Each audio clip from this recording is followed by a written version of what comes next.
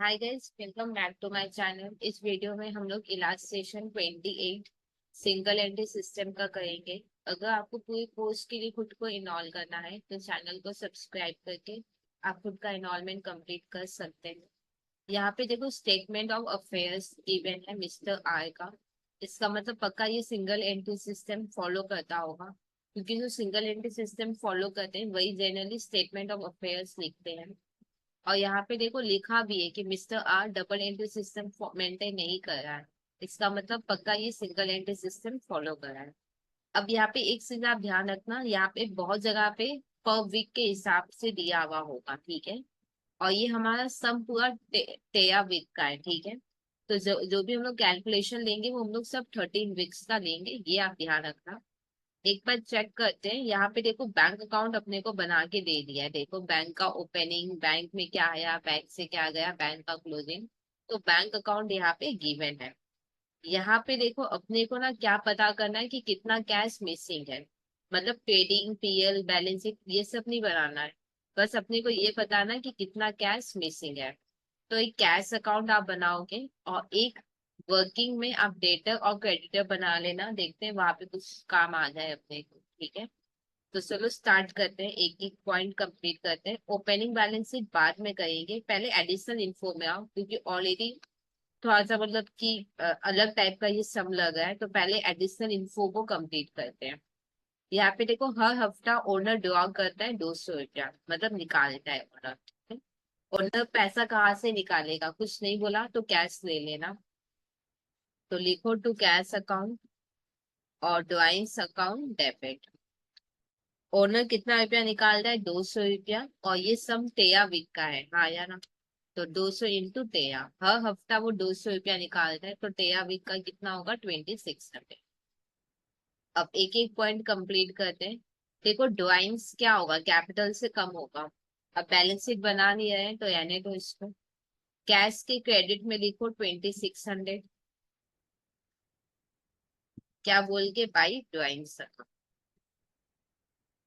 फिर next point देखते हैं क्या है। अब देखो यहाँ पे वीकली संडे एक्सपेंस होता है, ठीक है। तो संडे एक्सपेंस का एंट्री क्या होगा, एक्सपेंस क्या होगा, डेबिट होगा। तो लिखेंगे संडे एक्सपेंस अकाउंट डेबिट। कुछ नहीं बोला तो कैश ले लेना, तो कैश अकाउंट। अब देखो वीकली संडे एक्सपेंस कितना है, 100 on average. On average weekly expense कितना है, 100 है। एक हफ्ते का 100, ऐसा तेरह हफ्ता का में कितना होगा, 1300। अब देखो संडे एक्सपेंस कहा जाता पीएल में, पीएल बनाए नहीं है तो रहने दो। कैश के क्रेडिट में लिखो 1300। क्या बोल के, बाय संडे एक्सपेंस अकाउंट। अब देखो क्या बोल रहा है कि संडे एक्सपेंस पे करने के बाद और ड्राइंग्स के बाद जो भी पैसा बचता है, हाँ या ना, वो हम लोग बैंक में डिपॉजिट कर देते हैं। देखो बैंक में हमने कितना डिपॉजिट किया है, 42,000। हमने इस तेरह हफ्ते में कितना डिपॉजिट किया है, 42,000 बैंक में। हमने बैंक में 42,000 डिपॉजिट किया है, तो एंट्री क्या होगा, bank account debit 42,000 to cash account, हाँ या ना। बैंक देखो, देखो ड्राइंग्स और संडे एक्सपेंस के बाद जो भी पैसा बचता है वो हम बैंक में डिपॉजिट करते हैं। और देखो बैंक में कितना कैश डिपॉजिट हुआ है, 42,000। बैंक में डिपॉजिट करोगे तो क्या होगा, बैंक डेबिट टू कैश। ये कहाँ पे आएगा, बैंक में आएगा। बैंक अकाउंट हम बना नहीं रहे हैं, क्योंकि ऑलरेडी गिवन था सब में बैंक। अब कैश के क्रेडिट में लिख लो 42। कैश के क्रेडिट में लिखो 42। क्या बोल के, बाई बैंक अकाउंट। अब नेक्स्ट देखो क्या लिखा है। देखो कोई कैश परचेस नहीं है, ध्यान रखना। और क्रेडिटर्स को हम लोग चेक से पे करें, ठीक है। कोई कैश परचेस नहीं है, ये ध्यान रखना। क्रेडिटर्स को हम लोग चेक से पे करें, मतलब बैंक से पे करें। ये देखो क्रेडिटर को हम कितना पे करें, 40,000। क्रेडिटर को हम लोग चेक से पे करें, वो भी कितना, 40,000। पे करें टू बैंक अकाउंट 40,000 और क्रेडिट अकाउंट डेबिट, हाँ या ना। अब देखो क्रेडिटर के डेबिट में कितना होगा, 40,000। क्रेडिटर अकाउंट मैंने यहाँ पे बनाया है। क्रेडिटर के डेबिट में लिखो 40,000, क्या बोल के, टू बैंक अकाउंट। अब मैं आपको एक चीज बताती हूँ, ध्यान से समझो। देख, कैश परचेज तो नहीं है, सब में एकदम क्लियरली बोल दिया। क्रेडिटर अकाउंट को, क्रेडिटर को हमने कितना पे किया ये अपने को पता है। ऊपर में क्रेडिटर का ओपनिंग मिल जाएगा और नीचे क्रेडिटर का क्लोजिंग गिवन है, हाँ या ना। तो हम लोग क्या करेंगे, क्रेडिटर अकाउंट को टैली करके पहले परचेज निकाल लेते हैं। क्या ये बात समझ में आया क्या? क्रेडिटर को कितना पे किया ये गिवन है, ऊपर ओपनिंग बैलेंस मिल जाएगा, नीचे क्लोजिंग बैलेंस दिया है। तो टैली करके क्या आ जाएगा, परचेज, क्रेडिट परचेज। और कैश परचेज तो है नहीं सब में, तो यही जो क्रेडिट परचेज होगा वही हमारा क्या हो जाएगा, टोटल परचेज। तो पहले इसको हम लोग कंप्लीट करते हैं। देखो क्रेडिटर क्रेडिट नेचर का होता है, तो लिखो बाई बैलेंस बीडी और फिर लिखो टू बैलेंस सीडी। देखते हैं क्रेडिटर का ओपनिंग बैलेंस कितना है। क्रेडिटर का ओपनिंग है 10,000, तो ओपनिंग में लिखो 10,000। और क्लोजिंग कितना है क्रेडिटर,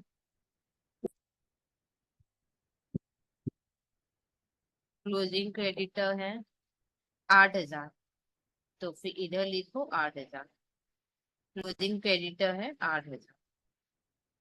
अब टैली करोगे तो क्या मिल जाएगा, और कुछ नहीं है, सब में टैली करो परचेज आ जाएगा, बाई परचेज अकाउंट।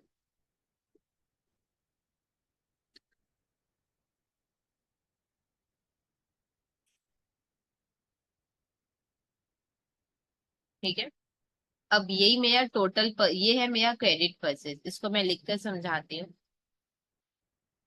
देखो मेरा क्रेडिट परचेज कितना आया, हमारा क्रेडिट परचेज आया है 38,000। ठीक है। और सब में बोला था कि कैश परचेज होगा नहीं, तो हमारा टोटल परचेज कितना हो गया, टोटल परचेज कितना होगा, 38 ही हो जाएगा। देखो टोटल परचेज कितना आ गया, 38,000। यहाँ पे देखो, जब हमने सेल किया था तो अपने को प्रॉफिट कितना हुआ है, 20% on sale. That is gross profit कितना है, 20% ऑन सेल, हाँ या ना। अब मेरे को एक चीज बताओ, टोटल परचेज है मेरे पास, ऊपर ओपनिंग स्टॉक है, इधर क्लोजिंग स्टॉक है, तो कॉस्ट ऑफ गुड्स सोल्ड निकल जाएगा। तो पहले हम लोग कॉस्ट ऑफ गुड्स सोल्ड निकालेंगे। कॉस्ट ऑफ गुड्स सोल्ड कैसे आएगा, opening stock plus purchase minus closing stock plus direct expense. एक बार चेक करो कि डायरेक्ट एक्सपेंस है क्या सब में, सब में कोई डायरेक्ट एक्सपेंस नहीं है। तो फिर cost of goods sold, opening stock कितना, एक बार ओपनिंग बैलेंस शीट में जाके देखो, 10,000, परचेज 38 माइनस क्लोजिंग स्टॉक कितना है,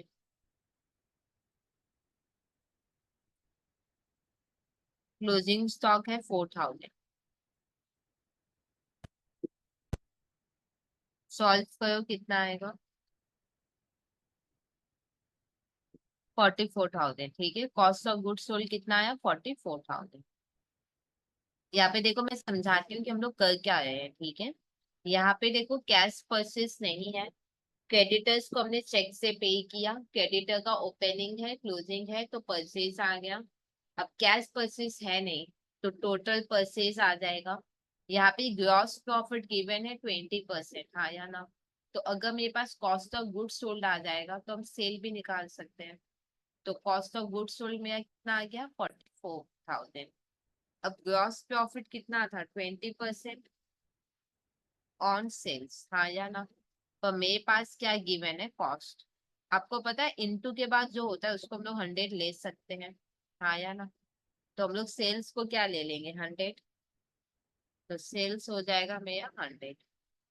अब 100 का आप 20% करो, कितना आएगा? 20 क्या हुआ? Gross profit. तो फिर कॉस्ट तो पक्का कम ही होगा। सेल से प्रॉफिट माइनस करो, कॉस्ट कितना हो गया? 80। अब देखो कॉस्ट गिवन है और मेरे को क्या चाहिए? Sale. Cost of goods sold given है, cost of goods sold given है, और अपने को क्या निकालना है? सेल्स, हाँ या ना? तो सबसे पहले लेट को फिट करेंगे। लेट के हिसाब से अगर कॉस्ट 80 है तो सेल्स कितना होगा? कॉस्ट 80 है तो सेल होगा 100। अगर कॉस्ट 44 है तो सेल्स कितना होगा? 100/80 × 44। तो सेल्स कितना आएगा? 55,000। ठीक है, ये हुआ मेरा टोटल सेल। ये 55,000 क्या आया हमारा टोटल सेल। अब आगे देखते हैं क्या करना है।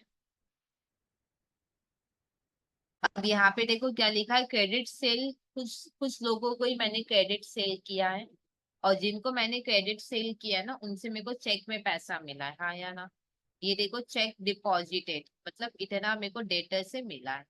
एक बार फिर समझो, मैंने कुछ कुछ कस्टमर को ही क्रेडिट में सामान दिया है, और जिनको भी मैंने दिया है ना, उनसे मेरे को चेक में ही पैसा मिला है। तो ये देखो इतना चेक डिपॉजिट हुआ है, मतलब इतना हमको डेटर से पैसा मिला है। 2,000 अपने को डेटर से मिला है। तो क्या एंट्री होगा? Bank account debit 2,000 to debtor account 2,000। Bank account तो बना हुआ है, बैंक शो दो, डेटर के क्रेडिट में लिखो 2,000। डेटर के क्रेडिट में 2,000, क्या बोल के? By bank account. अब यहाँ पे ध्यान से समझना, बैंक का ओपनिंग ऊपर मिल जाएगा, सॉरी डेटर का ओपनिंग ऊपर मिल जाएगा, और डेटर का क्लोजिंग भी गिवन है। तो टैली करके अपने को क्या मिल जाएगा? Credit sale. और टोटल सेल है तो फिर कैश सेल मिल जाएगा। डेटर के डेबिट में लिखो टू बैलेंस बीडी, और इधर लिखो फिर बाई बैलेंस सीडी। ठीक है, ओपनिंग कितना? एक बार ओपनिंग बैलेंस शीट में जाओ। ओपनिंग बैलेंस शीट में डेटर है 15,000, और नीचे देखो डेटर कितना लिखा हुआ है क्लोजिंग में। क्लोजिंग में डेटर लिखा हुआ है 20,000। अब टैली करके निकालो सेल्स।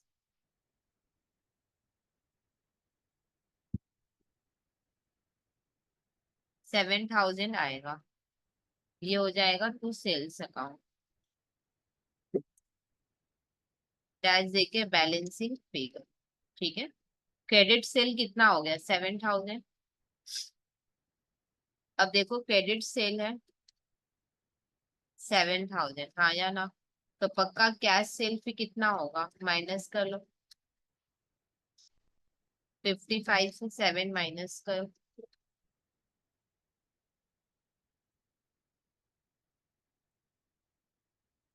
48,000। ठीक है, अब कैश सेल का पैसा किस में मिला होगा? देखो, एक तो चेक मिला है मेरे को, हाँ या ना?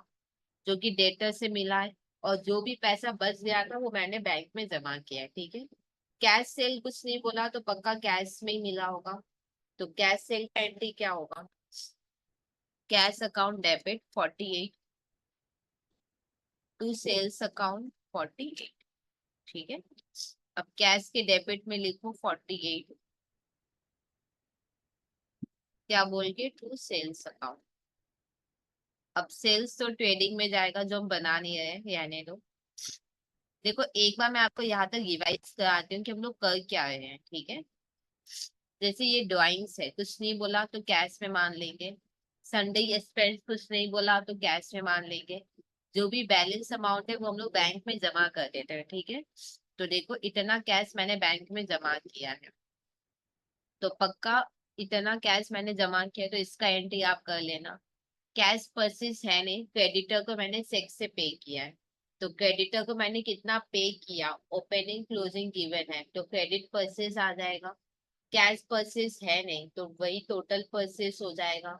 Opening stock closing stock given है तो कॉस्ट ऑफ गुड्स सोल्ड आ जाएगा, और क्योंकि ग्रॉस प्रॉफिट का परसेंट गिवन है तो सेल्स आ जाएगा। ठीक है, अब यहाँ पे देखो डेटर को हम लोग क्रेडिट में देते हैं और उनसे पैसा भी मेरे को चेक में मिलता है। यहाँ पे देखो चेक इतना डिपॉजिट हुआ है तो इतना मेरे को डेटर से मिला होगा। डेटर का अगेन ओपनिंग क्लोजिंग है तो क्रेडिट सेल आ जाएगा। टोटल से हम लोग क्रेडिट सेल माइनस करेंगे तो कैश सेल हो जाएगा। ठीक है। अब क्या लिखा है, एक्सपेंसेस संडे और स्पेशल ड्राइंग को छोड़कर। ये देखो ड्राइंग और संडे एक्सपेंस को छोड़कर बाद बाकी जितने भी खर्चे हैं वो चेक से हुए हैं। That is CN. और भी कोई अदर देन संडे एक्सपेंस हुआ वो सब, ये सब बैंक से हुए हैं। जितने भी अनपेड बिल है ये कोई काम का नहीं है। और देखते हैं और कुछ है क्या जो कैश से रिलेटेड है। एक्चुअली कैश को टैली करके पता चलेगा कि कितना कैश मिसिंग है। तो यहाँ पे देखते हैं कि कुछ और कैश से रिलेटेड है क्या। ये बैंक है, बैंक में जाएगा। चेक डिपॉजिट ये सब हो गया है। ये देखो येन पेड और एक्सपेंसेस ये बैंक से हुआ है, कैश के थ्रू नहीं हुआ। तो ये कोई काम का नहीं है। क्लोजिंग बैंक बैलेंस भी कोई काम का नहीं, ये हो चुका है। यहाँ पे सारे पॉइंट हो गए हैं। अब यहाँ पे कैश का वैल्यू लिख लो 1000। कैश का ओपनिंग बैलेंस लिखो 1000। और तो देखो कैश में कुछ भी नहीं आना है। अब टैली को आपको मिल जाएगा कि कितना कैश मिसिंग है।